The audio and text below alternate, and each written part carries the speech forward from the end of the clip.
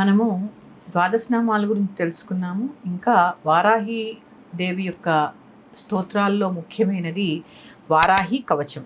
ఈ వారాహి కవచము అంటేనే రక్షణ. కవచము అంటే శరీరానికి రక్షణ. ఆ రక్షణ ఏంటి అంటే సర్వాంగాల్ని రక్షిస్తుంది, అలాగే భయాన్ని నివారణ చేస్తుంది, అలాగే కార్యసిద్ధిని మనశ్శాంతిని ప్రసాదించడమే కాకుండా ఈ 10 రోజులు మనం తీసుకునేటటువంటి దీక్ష యందు ఎటువంటి విఘ్నాలు రాకుండా మనకి రక్షణ కల్పించేదే ఈ వారాహి కవచము. ఇది నేను ఒకసారి మీకు చెప్తాను. అవకాశం ఉంటే పుస్తకాల్లో చూసి చదువుకోండి, లేదంటే చక్కగా వినండి.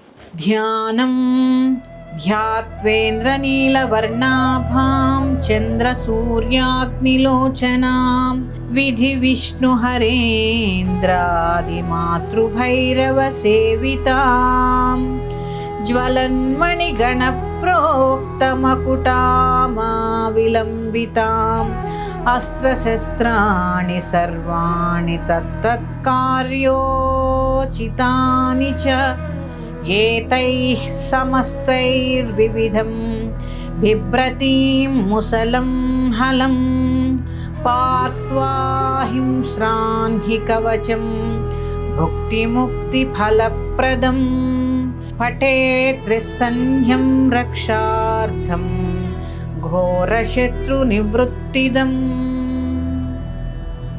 వార్తాళీ మే శిరః పాతు ఘోరాస్యా ఫాలముత్తమం నేత్రే వరాహవదనా పాతు కర్ణౌ తథాంజనీ ఘ్రాణం మే రుంధినీ పాతు ముఖం మే పాతు జంభినీ పాతు మే మోహినీ జిహ్వాం స్తంభినీ కంఠమాదరాత్ స్కందౌ మే పంచమే పాతు భుజౌ మహిషవాహనా సింహారూఢా కరౌ పాతు కుచౌ కృష్ణమృగాంచితా నాభించ శంఖినీ పాతు పృష్ఠదేశే తు చక్రిణి ఖడ్గిణీ పాతు కఠ్యాం మే వ్రేఢం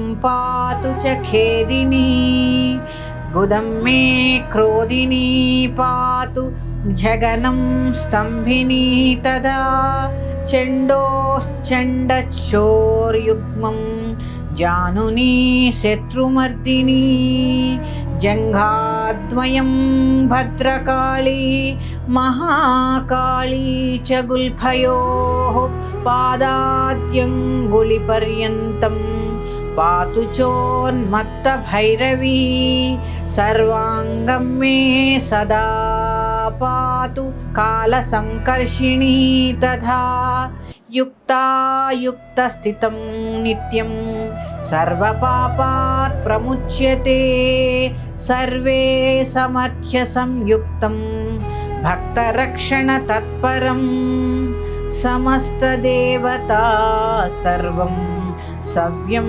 విష్ణోః పురార్థనే సర్వశత్రువినాశాయ శూలినీ నిర్మితం పురా సర్వభక్తజనాశ్రిత్య సర్వవిద్వేష సంహతిః వారాహీ కవచం నిత్యం త్రిసంధ్యం యః పఠేన్నరః తథావిధం భూతగణా న స్పృశంతి కదాచన ఆపదశత్రురోగాది